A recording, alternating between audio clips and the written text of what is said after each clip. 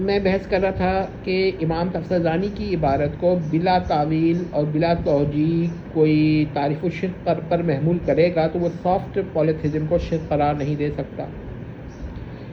Soft پولیتھزم کے متعدد تعریفات ہیں، یعنی سیورل ڈیفینیشنس ہیں، اور ہر تعریف پر کوئی نہ کوئی قائل پایا جاتا ہے، اور ہر تعریف شرک ہے. ایک تعریف تو اس کی ہے all god are one God.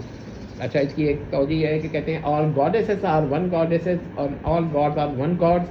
پھر کہتے ہیں کہ goddesses and gods all are one god. ٹھیک ہے، یہ بھی ہے، لیکن ہم ایک اور تعریف کرتے ہیں، اور وہ یہ ہے کہ there is only one god. ٹھیک ہے نا، but the god manifest in different forms, یعنی خدا واحد مختلف صور، فاد سے، فاد واو را، سورہ کی جمع فاد واو را تائے مربوطہ، تو یعنی خدا واحد مختلف صور فاد سے فارمس میں ظاہر یعنی مینیفیسٹ ہوتا ہے. کبھی مردوں کے صور میں آ جاتا ہے فاد واو را، اور کبھی خواتین کے، اور کبھی حیوانات کے، دیگر حیوانات کے صور میں آ جاتا ہے، اور کبھی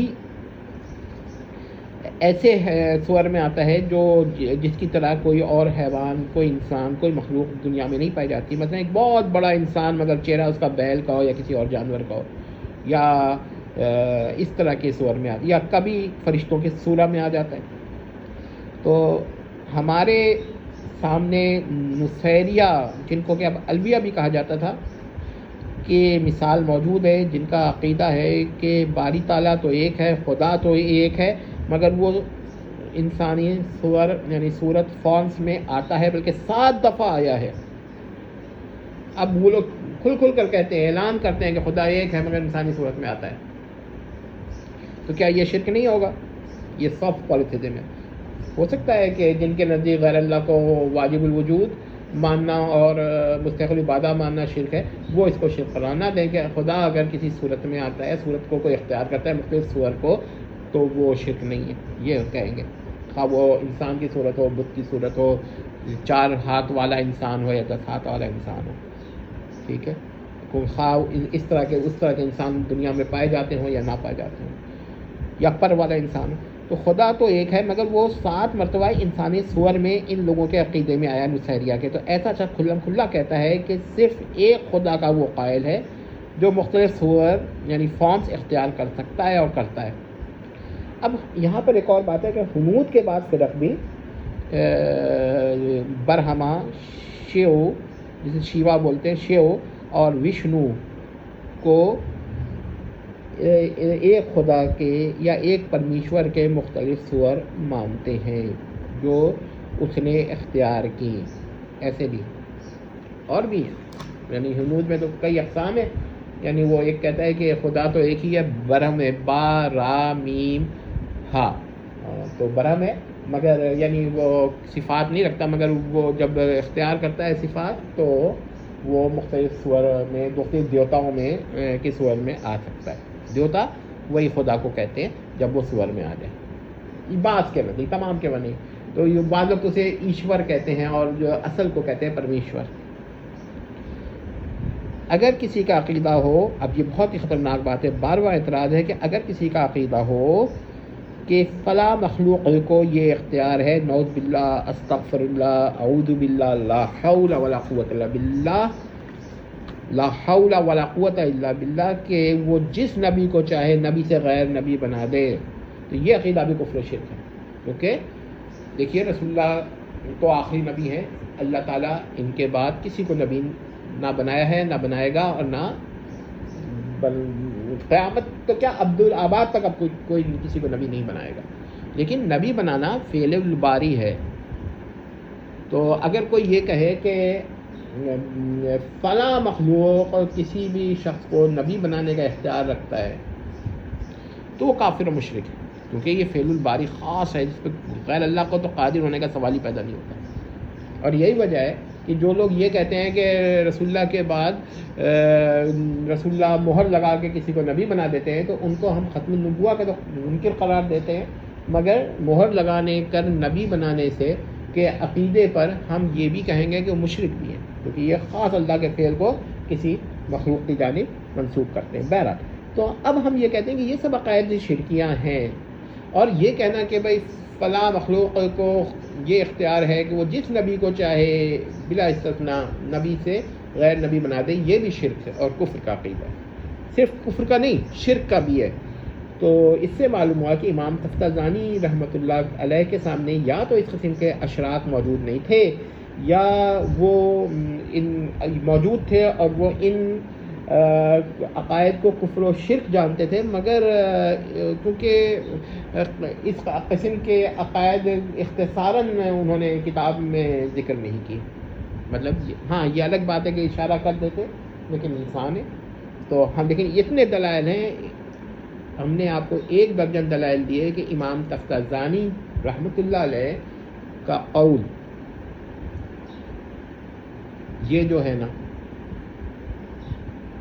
یہ عقیدہ جو ہے امام تفتازانی کا، یہ ایسا نہیں ہے جیسا آپ نے سمجھ لیا ہے، بلکہ یہ اس میں انہوں نے دو اصولی شرک کا ذکر کیا ہے. تو کسی عقیدے کا شرک ہونا اور بات ہے، دو عقائد چار عقائد کا شرک ہونا اور بات ہے. لیکن یہ عقیدہ رکھنا کہ وہ تعریف ہو گئی شرک کی، یہ اور بات ہے. تو امام تفتازانی کے لیے تو یہ دلائل ہم پیش کریں گے اس لیے کہ یہ انہوں نے تعریف میں پیش نہیں کیا، اور جو اس کو تعریف میں لے گا بلا تعویل بلا توجیہ اس پر یہ اعتراضات ہیں. اور جو امام تفتازانی کے عقائد پر ہوگا کہ اس کو تعریف نہ مان رہا ہو. اب جو یہ آپ کو وہم ہوتا ہے نا علامہ تفتازانی کی عبارات سے رحمۃ اللہ علیہ کی عبارت سے کہ یہ شرک کو یہ تعریف کر رہے ہیں شرک کی، یہ اس کی ہم تعویل کریں گے کہ نہیں، یہ وہم غلط ہے. عبارت میں ہر اس چیز کی تعویل کریں گے جس سے یہ وہم پیدا ہو، یا توجیہ کریں گے کہ یہ مراد ہے. تو آپ نے دیکھیں کہ ہے. اب ایک ہم توجیہ اور بھی کر سکتے ہیں کہ اب تک جتنی شرک کی تعریف کی گئی ہے نا، جتنے بھی، ان سب کو جمع کر لیجیے، اور اس کے بعد یہ کہتے ہیں کہ اگر کسی نے ایسا کیا، جتنی بھی شرک کی تعریفات کی گئی سب کو جمع کر دیا. سمجھ گئے بات؟ تو یہ ایک اور تعریف بن گئی. اب یہ تو بریلوی حضرات یا بانس بریلوی حضرات تو اس کے قائل نہیں ہے کہ ان سب کو جمع کرتے ہیں ایک ساتھ، کیونکہ وہ تو پھر حسر کرتے ہیں، کہیں کچھ کہتے ہیں کہیں قید کرتے ہیں.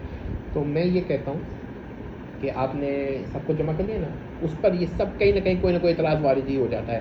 لہذا شرک کی تعریف اوپن.